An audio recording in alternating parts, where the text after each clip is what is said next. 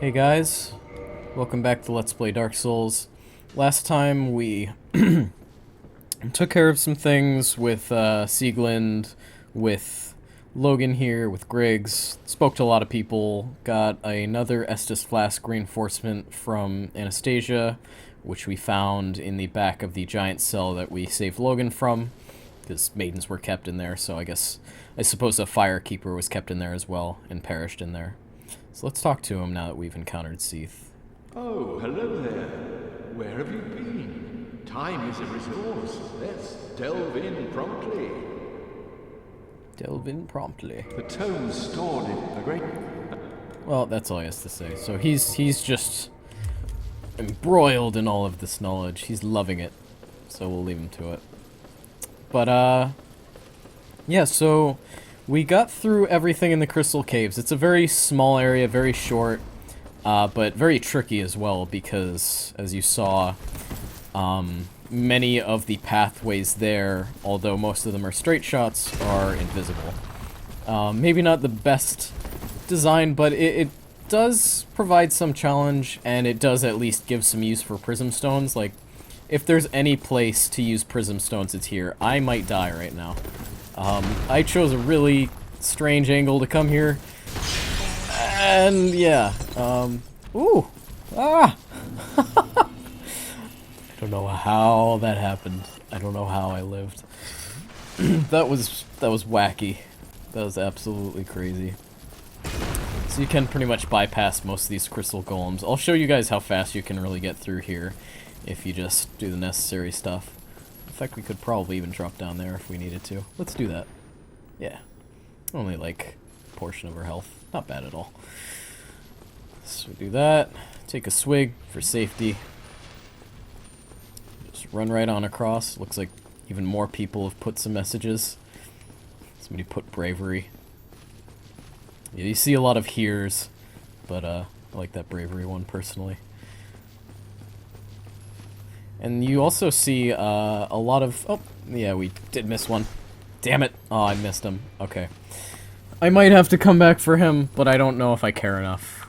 I might do it. But yeah, there are 3 crystal lizards in total in that section. But like I was saying, the crystal golems down here do not respawn. So once you've killed them, those 2 along those pathways, they're done. So... praise the sun. Let's keep on going. We're gonna have to deal with those man-eater clams again. And I would rather kill them now than have to worry about them later. Because you can make just a mad dash for the fog door and the fog... Whoa! Kinda lifted me up in the air there.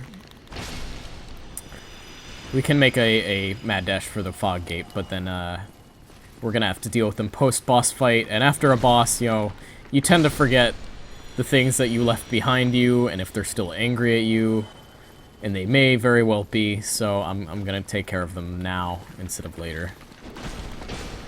But you see these guys do some interesting attacks. Knock you up in the air or knock you back. Ooh! Stab at you with their little feet.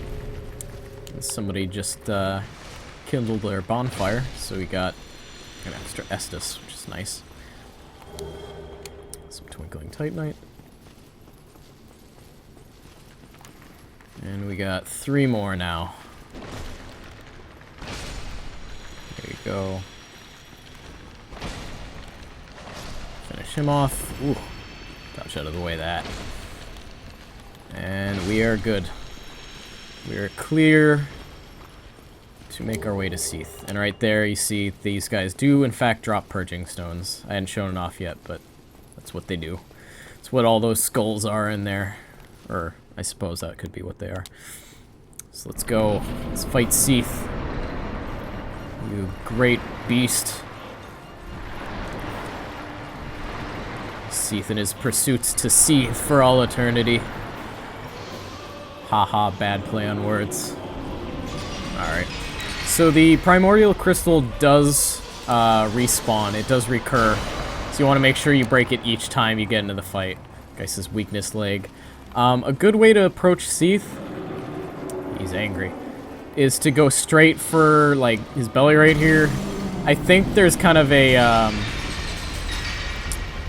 there's like a safe spot, like a dead zone where he can't really get at you. He has like a blind spot essentially. But that I don't know. It works somewhat consistently for me, but occasionally he'll hit me with something anyways. I think he does have like a area of effect attack that has that happen. Oh gosh. Oh no. Okay. I'm gonna be straight with you guys right now. I think we lost our souls doing that. That was dumb. I'm gonna be straight with you guys though. Getting Seath's tail cut is really tough sometimes. I probably got greedy going for 2 chops there. I probably would have been better off just going for 1 fleeing. But you saw the last 2 times we've died to him, both ways the same way. His tail kind of swats across and then comes back, hits you twice, and tends to do enough damage to just completely decimate you. At least us, in our case, because I don't have as much vitality as maybe would be wise at this point in time. Let's put on a helmet and see if that helps us. It probably won't, but... Oh no! Well, that's the danger of the crystal golems and ignoring them here. I should have been a little more wary of him. Alright, we're close enough now, and we're going to be going after that crystal lizard in a sec here, so... Now, this place, I believe, is... Damn it! I missed him again. It is inspired, I believe, by a real-world location. There are some caverns somewhere in the world. I don't know if it was, like, Arctic? May have been, or maybe it was... I don't know. But it's this cave system of these humongous naturally formed, maybe salt crystals or something, but it appears very similar. This crystal cave appears very similar to the formations that you see there, and you see pictures of guys who are, excavating that area, and you see how humongous the crystals are in comparison to the people climbing around on them. It's amazing. Yeah, this is a really pretty area, and there are a lot of areas in the Dark Souls games inspired by real places. I think the Doors of Pharos in Dark Souls 2 might be partially inspired by some naturally forming kind of hexagonal stone structures and caverns in Scotland, I believe? I don't know, there's just a lot of neat places. New Londo itself is also one of the locations very directly inspired by a real-world place. I don't remember the name of it, but if you look that up, like the real-world location that inspired New Londo. Probably don't search it up in so many words, but it's kind of a neat thing you can check out. And right here, I think that's Seath's AoE. We're getting some hurting from it, and you see our curse meter was building up from it. You want to kind of get out of his business when he does this, because see it's doing damage over time. And it hits pretty far out from his location. But yeah, another detail I love is all of the statues that remain. This is like the ultimate place to showcase how many people die and how many people are cursed by Seath. Ah, still didn't get the tail. And his tail is pretty resilient as the tail cuts go. But as far as the way that beings in this game are characterized, Seath is definitely one of my favorite, because he comes from this place of weakness and, perhaps mistreatment by his kind, and it drove him to this point of instability that he went against them, and he taught Gwyn and the others the secret of his kind, how to kill them. He led to the destruction of them. And, whether he's actually a true dragon, or if he was just living among them as this deity, kind of disguised as a dragon, it deemed them, unworthy of life for their treatment of him. I don't know. I don't know the story behind Seath, but it's interesting. And what I love even more than, kind of the build-up to his fight and what he's done, and all the horrible experiments he does, is the music that plays. Kind of this plinking xylophone. It's like this perfect... It's this perfect description of Seath. It's this, you know, looming madness and the insanity of Seath that's been brought on over these years in the Duke's archives. The channelers kidnapping maidens, experimenting on them, turning them into these inhuman beings. Like, Seath has no care for anyone. He's gone crazy. And he has the power and the resources to do whatever he wants. Oh god, we might die here. Okay, we made it out okay. He managed to only hit us once. There's also a lot of bloom in here, but yeah, I feel like this... I think it's xylophone. I don't know if it's actually xylophone or I'm just crazy, but... that plonking along with, like, you know, the vocals is just perfect. I really love how they did this fight and how they did the music to fit it. Oops. Crap. Alright, cool. He was just correcting to face us. He wasn't powering up for a tail swipe or anything. But you see, Seath doesn't even have that much health. It's just getting this tail cut is very challenging. But you get one of the coolest items in the game from it, especially if you are a intelligence build. Gotta get in though, and you gotta be careful while you're doing that. You see, he smashed most of the cursed previous victims of his. Oh, he's going for the AoE? No, he's not. Oh, that was the perfect opportunity. I wasted it. I read him wrong. Alright, you big scaleless son of a gun. I really love the look of him, though. The wings, the coloration of his wings is really, really pretty. It's why Seath made the Moonlight Butterflies, because he himself is a beautiful butterfly.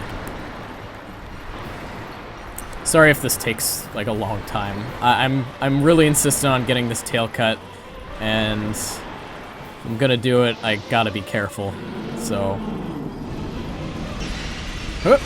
Nope, still not enough. I think I might have to nick him right at the very tip of his tail. I think it has kind of a weird hitbox, so... Apologies if this is a tedious affair. I might need to draw him out a little further too, because he's really close to that wall. I think that might be a wise decision. Now, I don't think his breath actually damages you. I might be entirely mistaken there. Maybe it does. It probably does, actually. I'm not gonna test to find out, but I think it's only the crystal themselves that damages you. Then again, you know what? You do get White Dragon Breath as one of the ultimate sorceries, and it mimics this attack that Seath has. And I'm not sure. I couldn't tell you guys for certain. Yeah.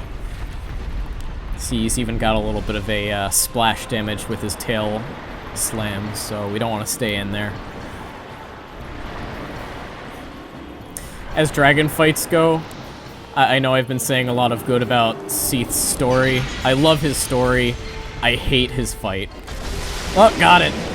There you go. Alright, it is easy living from here on out, and you see his tail even remains as a physics object, which is perfect. Alright, let's get in here. A few more shots. You just sit pretty, Seath. And there he goes.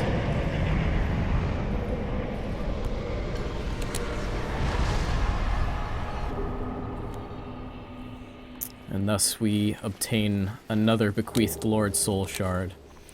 So, again, Seath does not have a true Lord Soul. He rather had one bequeathed to him, similarly to the way Gwyn did with the Four Kings by Gwyn. He gifted Seath this Lord Soul Shard when he granted him dukedom. So, Soul of the albino Seath the Scaleless, a fragment of a Lord Soul discovered at the dawn of the Age of Fire. Seath allied with Lord Gwyn and turned upon the dragons, and for this he was awarded a dukedom. Embraced by the royalty and given a fragment of a great soul, although just a piece, it will still satiate the Lordvessel. And all that remains is his tail. So, for the Moonlight Greatsword, you need a pretty whopping 28 intelligence to wield, but it's fitting because this thing has a special ability where you can actually fire a, just a wave of magical energy out of it, and it's really neat. But you see, this sword, one of the rare dragon weapons, came from the tale of Seath the Scaleless, the pale white dragon who betrayed his own. Seath is the grandfather of sorcery, and this sword is imbued with his magic, which shall be unleashed as a wave of moonlight. So if you take a look at it here, this thing has been around not since Demon Souls. This thing has been around since the very first Kingsfield, I believe. Or at least the second one. But it was an item, I'm pretty sure, brought about by Seath, which is why it's his tail cut. Or if it's not brought about by him, then it's a holy weapon of light, kind of acquainted with him or associated with him in some way. Or maybe it's just a legendary sword. But either way, it's a very powerful weapon. And, oh, we actually can fire it ourselves. See, it probably won't be very powerful because we are not at all intellectually edged. But, yeah. You can fire it two-handed, or you can do a more one-handed overhead vertical slice. So that's really neat. Here's a nice cross-section of Seath tail. Very tasty. But you can just kind of pull this thing around with you in a victory jest. You know what? I kind of want to play with this a little bit. I'm gonna bring this out, and we're going to give the last bit of Seath a proper burial. And by burial, I mean we're going to send it trailing over into the depths of the crystal cave. But first, we're gonna have to fight through these guys. Oh, big mistake. I forgot I was still wielding the Moonlight Greatsword. But yeah, it's cool because the Moonlight Greatsword does have a lineage, or not a lineage, but a continuity, not just through the Kingsfield games, but through entire series, you know, from Kingsfield to Demon Souls to Dark Souls. Bloodborne is the first one really that broke that, but I guess Bloodborne is really supposed to be seen as apart from them because it's much more embroiled in Gothic and Eldritch elements than it is Souls series and Dark Fantasy and all that. Because that's the thing, is there is a distinct connection from Kingsfield to Demons to Dark Souls. They're all very Dark Fantasy worlds. And so, you know, that's valid reasoning why it wouldn't be in there. I mean, it wasn't in Shadow Tower either, I don't believe. Unless it was. I don't think it was. I think Shadow Tower was really an offshoot of Kingsfield. And then there's also Eternal Ring, I believe, on, I think, GameCube and PS2. You know, there were various spin-offs of the Kingsfield series before they eventually got to Demon Souls, but it's really cool tracking From Software's history and, you know, what they've done as far as, you know, the Mecha series with Armored Core to Dark Fantasy with Kingsfield, Shadow Tower, Eternal Ring, Demon Souls, Dark Souls, Bloodborne kind of, but it really is in its own kind of spot. I cannot get this tail going right now. He's being very uncooperative, Seath. We don't know it, but this tail is totally still alive. It's holding the consciousness of Seath the Scaleless.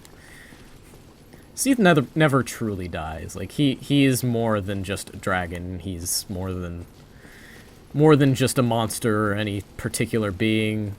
He's omnipresent, I suppose. He is everywhere and nowhere, whether he's there or not.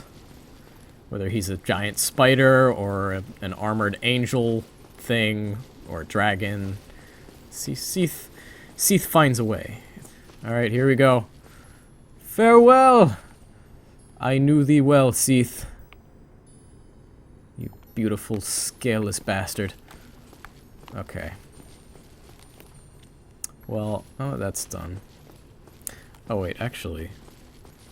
Gotta get this crystal lizard, but I don't think he's respawned because we didn't rest of that bonfire. Oops. I'll be right back. Alright. So we're resting here. Everything goes back to the way it was. Let's repair our stuff. It's been a while, and I think we're well due. See right there, we just repair the crystalline set, so it's confirmation. It does stay with you. You don't have to worry about it breaking. No, I said I was going to use Great Magic Barrier, but I ended up not using it at all, ever. I feel a little bad. Let's go for Homeward instead, then. Alright.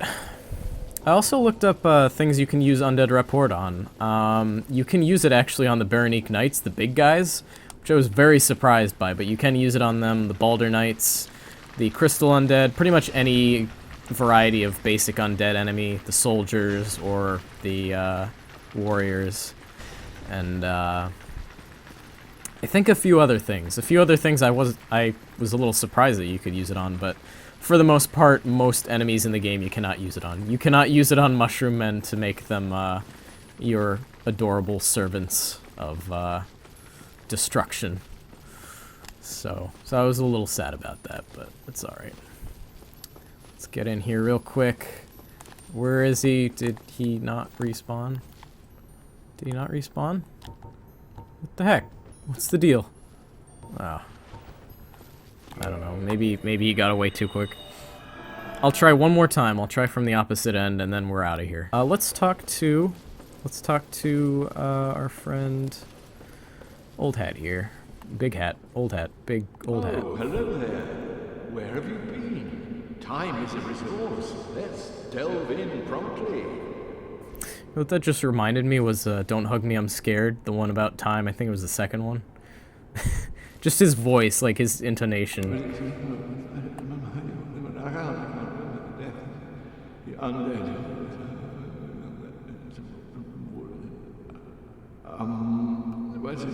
What the other one first?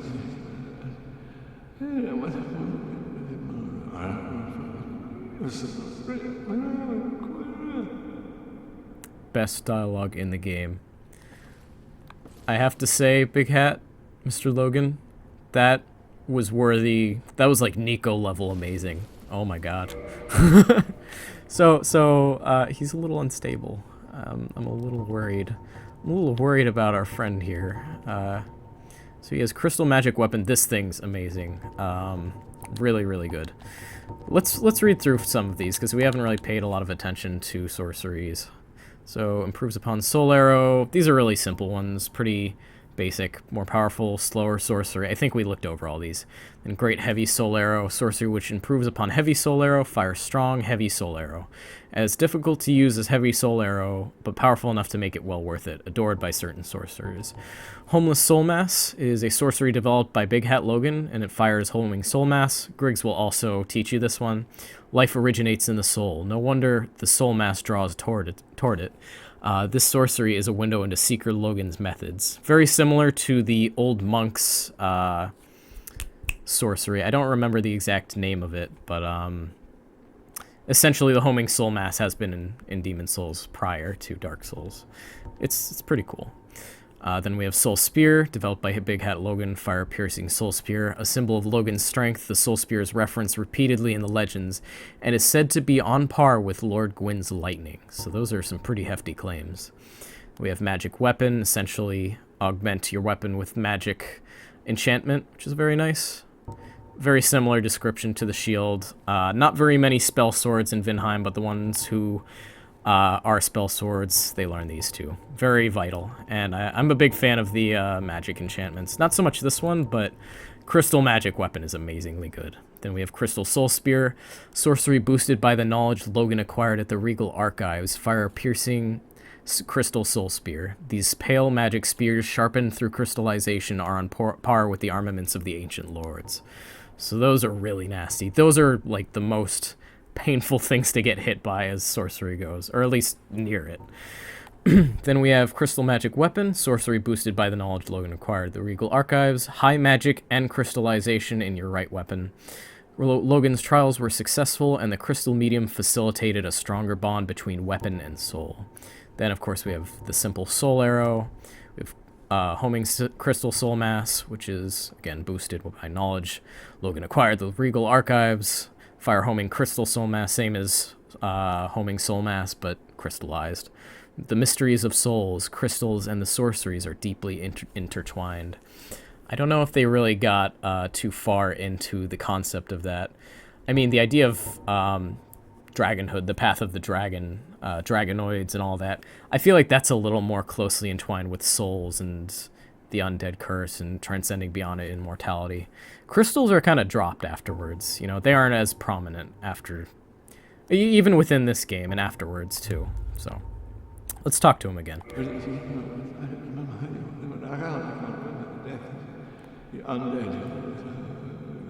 He said undead.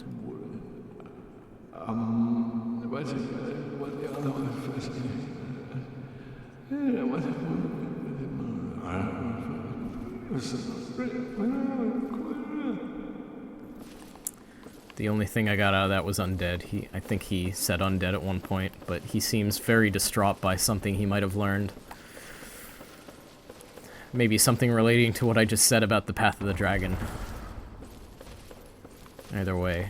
Or maybe, I don't know, maybe he's just really upset that we killed Seath, because he didn't have anything to say about that, certainly. I think he's just at the point that the madness is setting in. The knowledge he's obtained from Seath is just too much for his fragile mind. Perhaps what Seath learned is too much, if for a dragon, certainly for a silly old undead.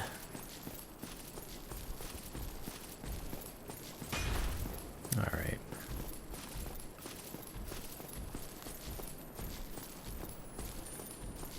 Now there are some things that I'm going to be taking care of in the next few episodes that might make people very upset at me.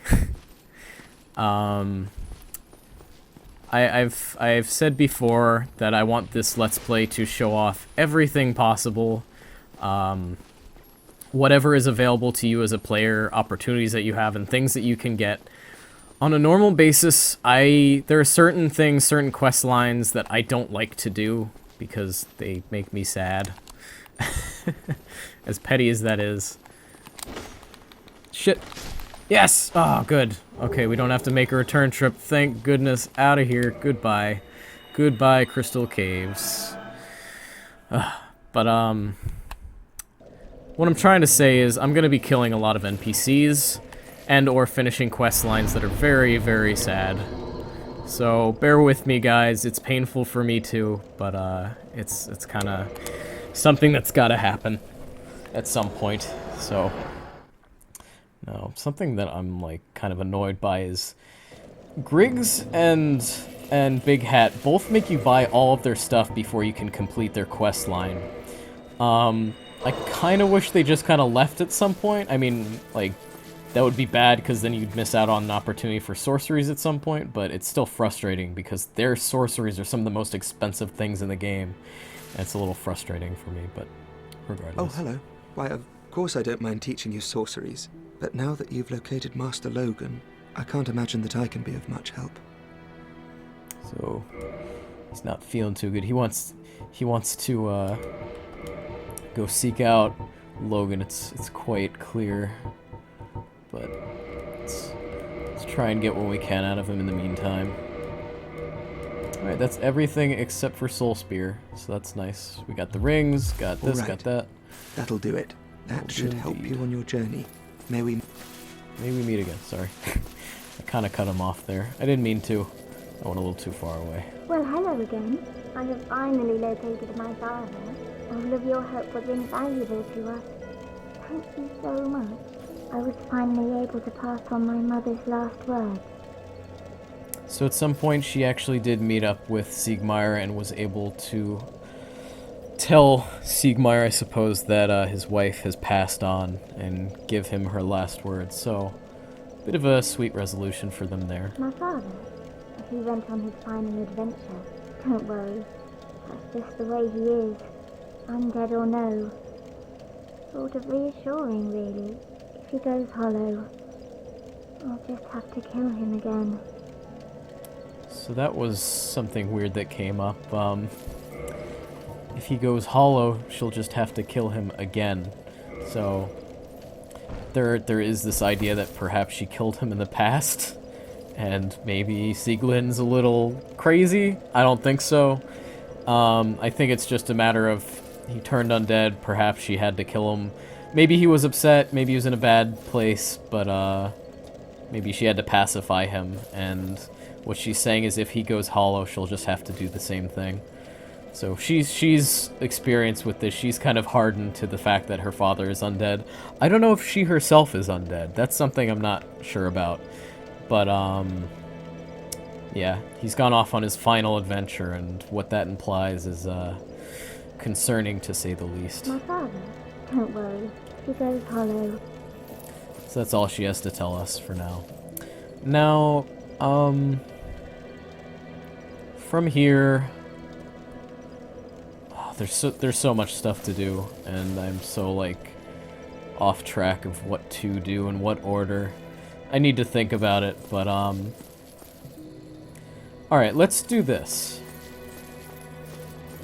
Let's tell a story about Seath. Seath did some nasty things. Seath had a daughter. We met her before in the Painted World of Ariamis. Crossbreed Priscilla, I think we discussed this before, but just to restate it, Crossbreed Priscilla was taken to the Painted World because she did not belong in this world. She was, I suppose, illegitimate, or just she did not belong, so she was swept under the rug by those higher-ups, be it Gwyn or someone else. It's pretty likely he did this maybe based on her stature, I don't know what, but it's pretty likely that either it was one of the maidens that he kidnapped, or perhaps Guinevere. I personally lean towards Guinevere. I don't have any outstanding evidence for that, but, you know, as speculation goes, I kind of believe that that would make the most sense, sorta. Because, you know, the dukedom with Gwyn, he kind of had this relationship going with Gwyn, and maybe things got weird at some point, and either way, the daughter was sealed away. Now, I'm saying all this, but in truth, this isn't this isn't Guinevere. This is an illusion. Guinevere left Anor Londo a long time ago with the fire god Flan, I believe his name is. What we're seeing before us is a projection created by Gwyndolin, the last-born son of Gwyn, who was raised as a daughter because he was born under the sign of the moon. O chosen undead, thou hast journeyed far.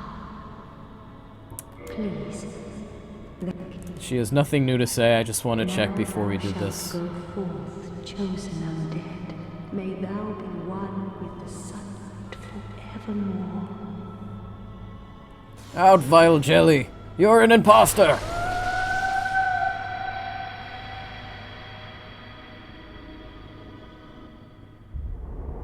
Thou that tarnisheth the godmother's image, I am Gwyndolin. And thy transgression shall not go unpunished. Thou shalt perish in the twilight of Anor Londo.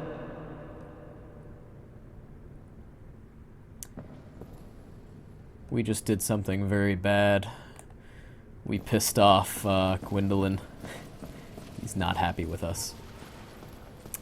Now, this kind of doesn't work storyline-wise, but bear with me, guys. I want to show you every boss. So what we're doing from this point forward is not necessarily plot reasons, but essentially this is making for really weird context for the ending, and I'll get to that when we get there. But so we destroyed this visage of the godmother, as Gwyndolin put it. We destroyed Guinevere's illusion, or Gwyndolin's illusion of Guinevere. By doing so, he casts Anor Londo. He takes away not only her visage that we destroyed. Oh, jeez. Whew. He also casts the illusion of sunlight over Anor Londo he was maintaining to try and give it this appearance of the city of the gods as though it wasn't abandoned long ago, which it was. He's trying to make things look better than they are, is what I'm trying to get at. I'm a little focused on these guys right now, but essentially he casts Anor Londo into its true form, this Twilight Anor Londo, and it will remain this way for the rest of the game. The City of the Gods is more or less forsaken, and Gwyndolin is very pissed at us. Now, these two right here is a Balder Knight and a Knight of Berenique. Killed the Balder Knight, and now we're going to go after the Knight of Berenique. These two used to respawn. Now I believe they're one-time spawns, so we're not going to see them again. So that's that. They only appear once you've done this, and in addition to that, they replace most of the enemies in Anor Londo. In fact, a majority of them just are straight up gone from the game now. They won't reappear. I believe the Silver Knights themselves are gone, which ties into something interesting. When those Silver Knights die, as well as the Black Knights, they all disappear and sort of evaporate. And I mean, a lot of enemies in the game do this, so this isn't really like a legitimate plot point, but I like the idea that all of these knights are maybe illusions put up by Gwyndolin, like illusions with mass, essentially, holograms with mass, who are there to protect Anor Londo, and he's essentially, I don't know, either testing, you know, warriors who are coming here, the undead, to see if they're worthy of the Lordvessel or something, but, you know, it's interesting. What's that? Shiny, shiny. Give me that. I make weapons shiny. So we're gonna give this guy the Crystal Ember. I had shiny, shiny. I make weapons shiny. As he says, he can now make weapons shiny, which is quite nice. Now, it's not showing us any of the boss weapons that we can craft, I think because we don't have the necessary weapons or upgrade levels to do so, or to create them, but I would like to show those off at some point, maybe on New Game Plus, or maybe I'll show them off on my main character another time, but yeah. I'm probably not going to do it this playthrough, though, so let's, Can I afford these? Oh, I just bought two like an idiot. Oh, damn it. Oh, well. Comment soon. Well, I was wanting to buy the giant set from him, but I kind of totally flubbed that. I'll have to come back another time. But yeah, the Moonlight Butterfly, Quelaag, Iron Golem, Sif, Guardian Soul you can't make anything, but most of those things you can make weapons out of. And multiple weapons at that. It takes multiple playthroughs to get everything, but again, like, Anor Londo becomes completely empty, except for a few exceptions. The Dark Moon Knightess has left her post now, and she's standing before us, protecting the way to So it was Gwyndolin. you, was it? How dare you produce a blade upon a deity? How did you ever get this far? I shall end your suffering here and now. Yeah, I don't know about that. How? This man is a threat, Master Gwyndolin. I'm sorry. I like her, I really do. You get a Firekeeper soul from killing her. I like her, and I like the idea of her story. If we examine her Firekeeper soul, she does have a unique description for it. So, Soul of the Dark Moon Knightess, Firekeeper of Anor Londo.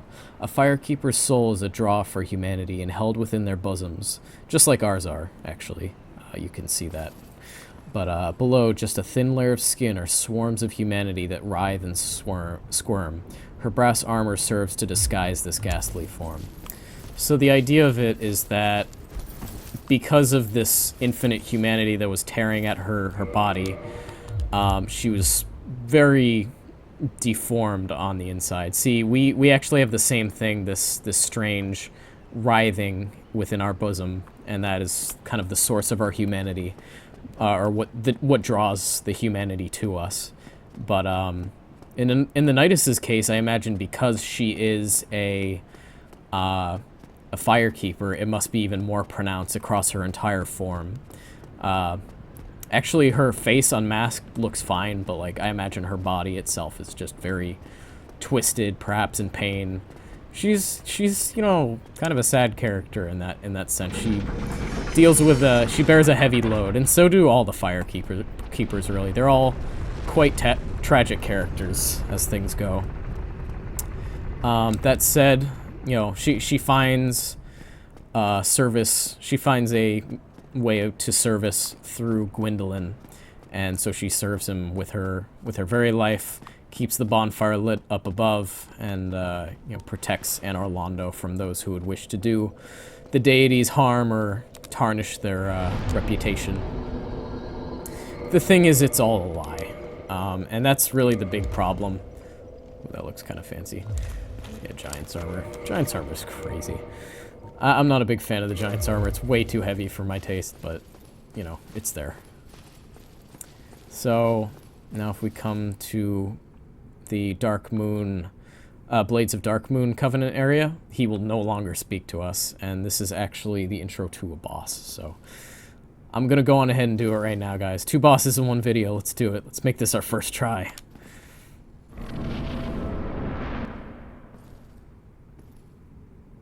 Heretic. First thou offendeth the Godmother, and now thou see fit to trample upon the tomb of the great Lord. I am the dark Sun Gwyndolin. Let the atonement for thy felonies commenceth. I'm ready for you. So this is Dark Sun Gwyndolin. You notice the same track for the Moonlight Butterfly is used here. I don't think it's a matter of correlation, connection, or anything. They're just similarly toned boss fights, and so, you know... Oh, God! Oh, damn it! And so they use this very, chill music. Unfortunately, I got hurt there. But, that said, this gives us the opportunity to show you. If you die to Gwyndolin that way, then it cuts off your way to, what is it? It cuts off the bonfire. Even though his bonfire is lit, it takes you back to the Anor Londo bonfire, which now, since we killed the Firekeeper there, and I think just because she was hostile to us, will no longer be lit. Or maybe it might be lit. I think it is lit as long as she's still alive, but beyond that, once you kill her, it's gone. So we kind of have to deal with this and take the long way down. But that gives us the opportunity to run through this way as well. I'm not sure, but I believe that the Painting Guardians still remain down there. I might check that real quick, but we're going to make our way back to Gwyndolin, because we demand a rematch. Oh, no. Ooh. Well, that's kind of a pain. Well, I guess we're going to find out if those Painting Guardians are there or not. For sure now. I swore there was a lever here. There was at one point, but it seems like that is not the case. So yeah, that makes it a bit of a pain to get back to Gwyndolin once you die to him. I was really hoping I could get on the first try. I feel really dumb about that. Let's make it the first try, guys. I could do it. No, killed like 2 seconds into the fight. Yeah, okay, so the Painting Guardians do remain because they are associated with their own unique area, and so even with the fall of Anor Londo, these guys are legitimately here to protect the way into the Painted World, which is actually going to be our next destination. Right now, I'm just wanting to reveal the things going on in Anor Londo. There's some familial issues. Oh, there's some me getting backstabbed issues. There's a lot of issues here. Oh gosh. Hi there. Swing. Oh. No, no, no, no! Ah, I don't know!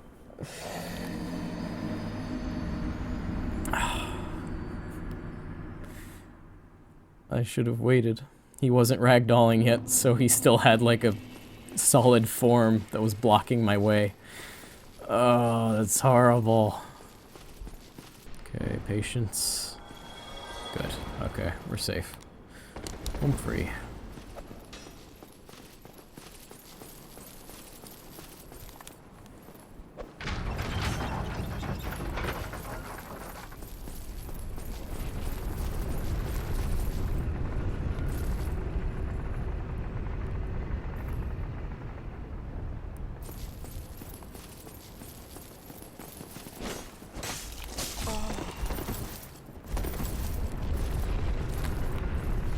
Oh, it came up the rest of the way. Sweet. It's very considerate of it. Unless that was somebody else. Oh god.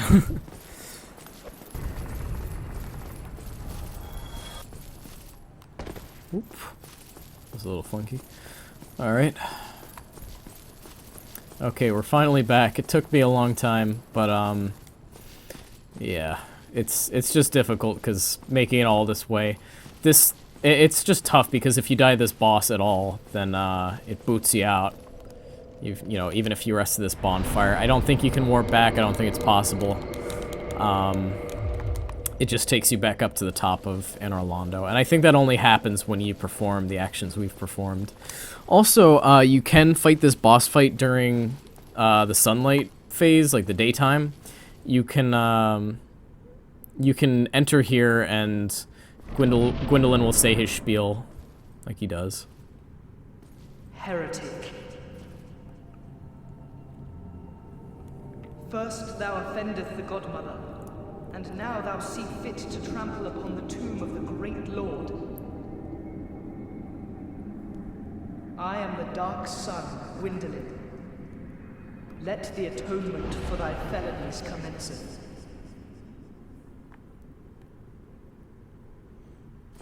Alright, so, like I said, you can fight Gwyndolin during the day. And, or before, you know, the place is shrouded. You just have to approach him before you go after, Guinevere, essentially. Oh god, yep, taking a few hits there. So Gwyndolin has 3 primary attacks. He has the very large magic attacks that you see here. He has the smaller ones that he sways out there. A little harder to dodge because there's a lot of them. And then he has his multi-hit arrows. He shoots a bunch of arrows at you at once. You can tell when he's going to do that when he lifts off the floor. He has like snake legs. It's really strange. Yeah, Dark Sun Gwyndolin has a bit of a funny look to him. You see here. Snakes don't bite you or anything, or at least I'm pretty damn sure that they don't. Honestly, the best attack for you to get in is when he's doing this with his arrows, because that's the time that he's left the most open. You may be wondering why I'm running straight past him. It's because I want to show off a really neat little trick. This is supposedly an endless hallway, but in fact is not. You can't really put an endless... Well, you can put an endless hallway in a game, but... they endeavor to make it very difficult to make it to the end of this. So it does take a long time to reach the ending, but we're gonna do it. I've done it once before. I did it on a previous video on my channel a long time ago, but we're just racing to the finish. So let's talk about Gwyndolin. So as we said, he made an illusion of sunlight in Anor Londo, the city of the gods, to keep up, I guess, appearances. And he also created an illusion of his sister Guinevere, so people would think that, you know, the sunlight goddess was still present, even though she fled long ago with Flan when the Age of Fire began to fade. So the idea is that this sunlight is sort of artificial, or at the very least it's fading, and Anor Londo is in its dark age. That's the idea of it. But Gwyndolin doesn't want people to know that, and he, more than, you know, being the son of Gwyn, is also allied with Frompt. Now, oh god. Let me get back behind that pillar. Okay. Whew. So you don't like when he shoots a bunch of those at you because it gets very dangerous. Now Frompt and they've got this plan essentially. So when you wake Frompt by ringing the bells of awakening, he's like, oh yeah, you're worthy of succeeding Lord Gwyn if you get the Lordvessel. So he takes you through Anor Londo. You get to Sen's Fortress, get to Anor Londo, defeat Ornstein Smough, and receive the Lordvessel from Guinevere. Now, take it under the assumption that Guinevere is not Guinevere, but she's rather Gwyndolin speaking through the body of his sister, or body of the illusion of his sister. Both Frompt and Guinevere tell you to succeed the father, oh god, that was close. to succeed the Lord Gwyn and become the new Lord, you know, link the flame. But they're not telling you the whole truth of the matter. Essentially, linking the flame is not as simple of an affair as it sounds. Got 2 arrows in our arm. That's great. But linking the flame causes some issues that might not be great for our health. But they don't care about that because, I mean, Gwyndolin's on the side of the gods. He doesn't care about the undead. He'll use them to his own purposes. And same with Frompt. I think the idea is that, you know, Frompt will go with whoever's, you know, shown to be the strongest.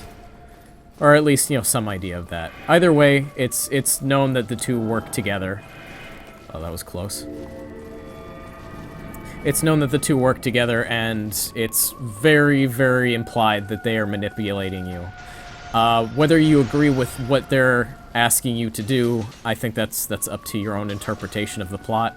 You can read it in a very positive light, that, you know, you're going along with all of these people who've martyred themselves and gone to so much effort to preserve the Age of Fire, but in the end, when you look at what the Age of Fire represents, you have to question, you know, are the undead the ones with the priority here, or is this just, you know, more corralment? Oh my god!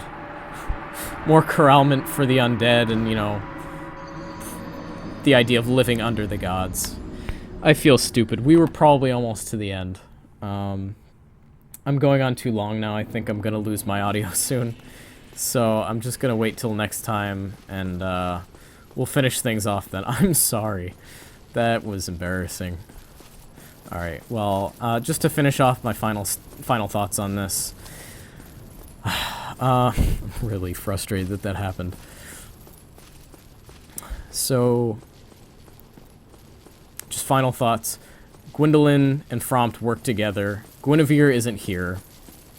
Guinevere's child, who she supposedly had with Seath, it's ambiguous, but I think since she was cast away, crossbreed Priscilla was cast away into the painted world, she was unwanted, so not sure of the consensual nature of this. I don't think it was consensual, but I don't know. Weird stuff happens in Lordran.